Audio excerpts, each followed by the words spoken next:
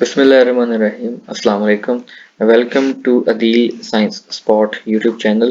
Class 9th physics और इसमें chapter number 9 हम शुरू किया हुआ है जो कि आपके पास है जी ट्रांसफर ऑफ हीट। और ट्रांसफर ऑफ हीट में आज हम बात करेंगे कन्वेक्शन क्या होता है या कन्वेक्शन आपके पास क्या है। Liquid and gases are poor conductor of heat. हम ये बात पहले पढ़ चुके हैं कि जो लिक्विड और गैसेस हैं वो आपके पास पुअर कंडक्टर ऑफ हीट है। उसकी रीजन ये है कि उनका जो एटम्स और मॉलिक्यूल्स हैं they are not tightly bound with each other. Heat is transferred through fluid, liquid और gases easily by another method called convection. और अगर लिक्विड्स या गैसेस में अगर हमने हीट को ट्रांसफर करवाना है तो उसके लिए हमारे पास एक मेथड है और मेथड आपके पास क्या है जी, कन्वेक्शन है। डायग्राम में आपको दिखाया गया कि यहाँ पे एक बैलून है और उस बैलून के यहाँ पे एक एंड पर उन्होंने यहाँ पे नीचे आग लगाई हुई है उसके अंदर, और वो बैलून आपका जो है वो हवा में ऊपर की तरफ को वो फ्लाई कर रहा है। इसकी रीजन क्या है वो हम यहाँ पे पढ़ते हैं।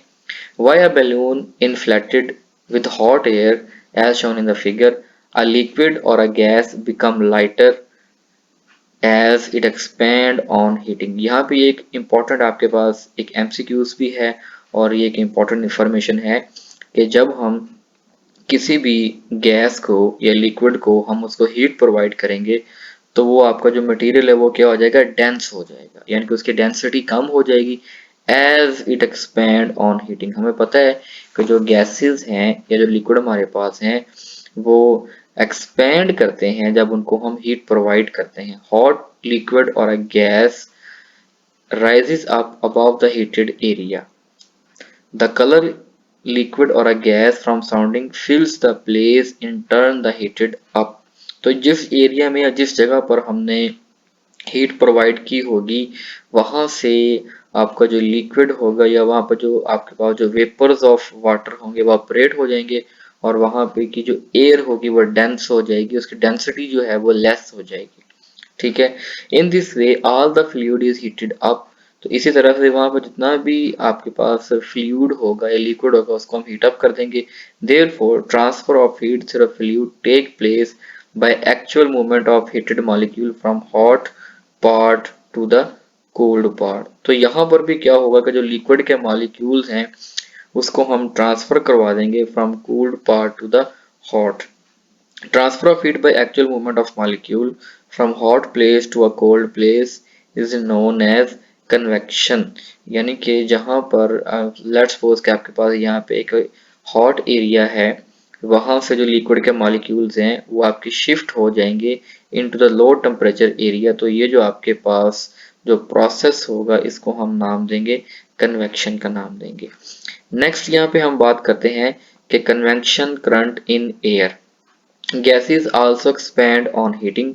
जिस तरह आपके लिक्विड एक्सपैंड करते हैं इसी तरह आपकी जो गैसेस हैं वो भी क्या करती हैं, एक्सपैंड करती हैं। Thus convection convection current are easily set up due to the difference in the densities of air at various part in the atmosphere.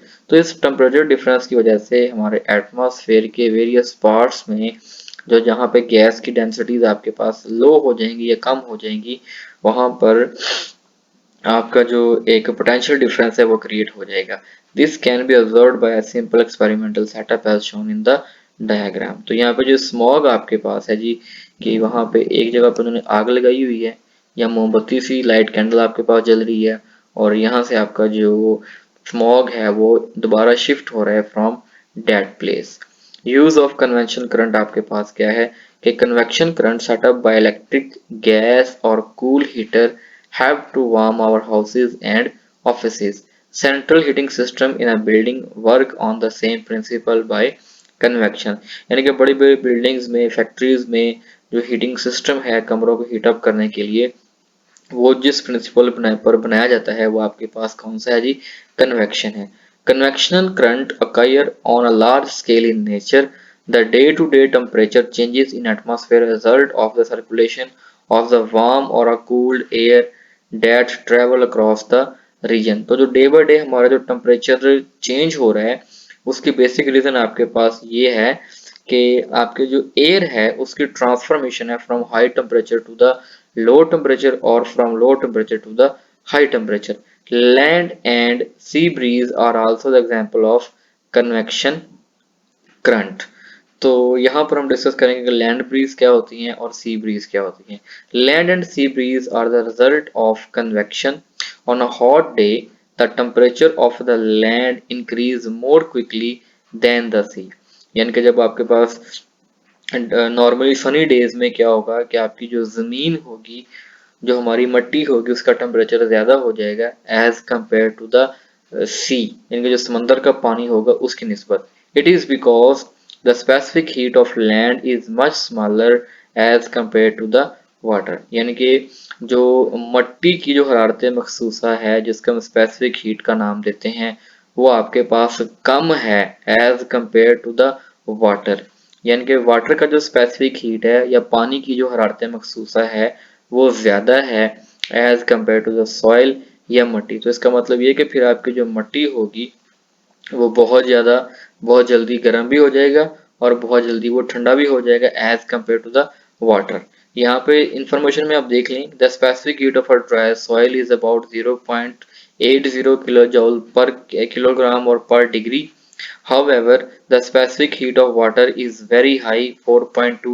यानी कि यहाँ पे आप देख लें कि जो लैंड की आपके पास जो स्पेसिफिक हीट है वो कितनी आपके पास है 0.08 as compare to the water. तो इसका मतलब ये कि आपकी जो लैंड है, ये जो मिट्टी है, वो बहुत जल्दी गर्म भी हो जाएगा और बहुत जल्दी ठंडा भी हो जाएगा।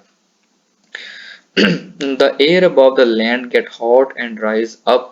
Cooled air from the sea began to move toward the land as illustrated in the diagram. It is called sea breeze। तो फिर क्या होगा कि जहां पर आपका टेम्परेचर ज्यादा होगा, अब कम टेम्परेचर से ज्यादा टेम्परेचर की तरफ आपकी जो हवा है वो फ्लो करेगी, जिसको हम नाम देंगे सी ब्रीज का नाम देंगे।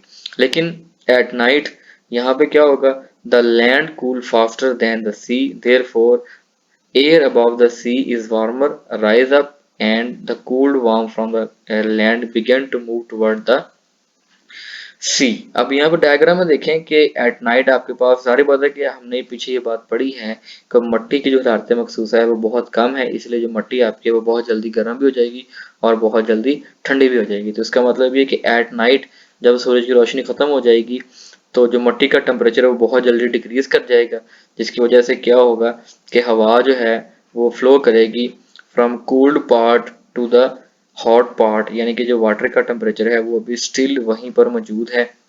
तो इसका मतलब ये कि इसको फिर हम नाम देंगे सी ब्रीज का नाम देंगे, इसको लैंड ब्रीज का नाम देंगे। जब हवा आपकी ब्लो करेगी या फ्लो करेगी फ्रॉम लैंड टू सी तो इसको हम नाम देंगे लैंड ब्रीज का नाम देंगे। और जब हवा आपकी फ्लो करेगी from sea towards the land तो फिर इसको हम नाम देंगे सी ब्रीज का नाम देंगे। ठीक है। नेक्स्ट यहाँ पे आपके पास एक टॉपिक है जी, ग्लाइडिंग क्या है। A glider such as look like a small aeroplane without engine। यानी कि वो कह रहा है कि ग्लाइडर भी आपके पास एक जहाज की तरह ही है जो कि आपके पास इंजन के बगैर जो है वो काम कर रहा है। Glider pilot use upward movement of the hot air current due to convention of the heat. The rising current of the hot air are called thermals.